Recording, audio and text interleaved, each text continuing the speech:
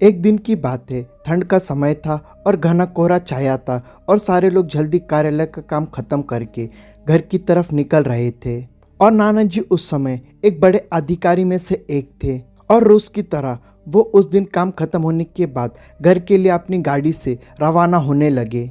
और रास्ते में उन्हें कुछ सामान लेना था, जिस वजह से वो अपने साथियों से अलग हो गए। और फिर वो घर का ज़रूरी सामान खरीद के घर जा ही रहे थे कि तभी उन्हें मछली बाजार दिखा और वो मछली खरीदने के लिए रुक गए। और फिर मछलियाँ लेने और देखने में टाइम ज़्यादा ही गुजर गया और उनकी जब अपनी घड़ी पर नज़र गई तो उन्हें आभास हुआ कि आज तो घर जाने में बहुत देर हो जाएगी। और ये सोचते हुए उन्होंने सोचा कि क्यों न जंगल वाले रास्ते से निकल जाऊं, घर जल्दी पहुंच जाऊंगा। और ये सब सोचकर उन्होंने अपना रास्ता बदल लिया और जंगल की तरफ अपनी गाड़ी को घुमा लिया। और वो जंगल का रास्ता बहुत ही डरावना और भयानक था और रात के 11 भी बज चुके थे कि तभी उन्हें जंगल के बीचों बीच में एक औरत रोते हुए दिखाई दी। और ये देखकर उन्होंने गाड़ी साइड में रोक ली और ये सोचने लगे कि इतनी रात को ये औरत रात के 11 बजे यहाँ पर क्या कर रही है। और उन्हें लगा कि कोई मजदूर की पत्नी होगी जो नाराज़ होकर घर छोड़कर जंगल में भाग आई।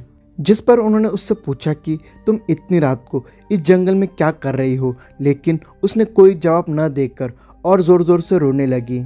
और उस सुनसान जंगल में उस औरत के रोने की आवाज़ काफ़ी डरावनी लग रही थी। जिस पर नाना जी ने उससे पूछा कि तुम्हारा घर कहाँ पर है, लेकिन उसने कोई भी जवाब नहीं दिया। जिस पर नाना जी ने उसे कहा कि आज रात तुम मेरे घर चलो, कल सुबह अपने घर चले जाना, क्योंकि ये जंगल बहुत ही डरावना है और यहाँ पर बहुत से जंगली जानवर भी हैं। और ये बात सुनकर वो तुरंत मान गई और गाड़ी में पीछे की सीट पर बैठ गई। और सिर में बड़ा घूंघट डालने की वजह से उसका चेहरा छुपा हुआ था। और कुछ देर में गाड़ी घर के दरवाजे पर थी और घर के लोग सब उनका इंतज़ार कर रहे थे। और गाड़ी रुकते ही पापा ने पूछा, आज बहुत देर हो गई है और सारे लोग सो चुके हैं।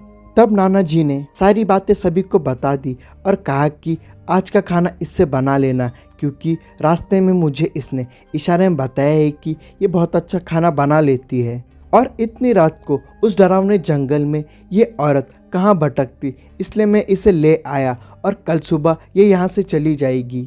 जिसके बाद वो सारा सामान लेकर माँ के पीछे पीछे चली गई। और किचन में सारा सामान रखने के बाद माँ ने उसे जल्दी खाना बनाने को कहा और ये बोलकर माँ वहाँ से चली गई। और फिर 5 मिनट बाद माँ जब वहाँ पर फिर से आई तो उन्होंने जो देखा उसे देखकर उनके रोंगटे खड़े हो गए। उन्होंने देखा कि पूरे किचन में खून ही खून था और वो औरत कच्ची मछलियाँ खा रही थी। और उसका चेहरा इतना डरावना था कि उसे देखकर माँ की चीख निकल गई। और माँ की आवाज़ सुनकर सब वहाँ पर आ गए। और ये देखकर वो औरत वहाँ से भागने लगी और वो भागते भागते हवा में कहीं गायब हो गई। और ये सब देखकर माँ समझ गई थी कि ये कोई औरत नहीं बल्कि चुड़ैल है, जो कि बस मछली के चलते हमारे घर आ गई। और इस घटना के बाद नाना जी ने फिर कभी किसी को रात के समय लिफ्ट नहीं दी।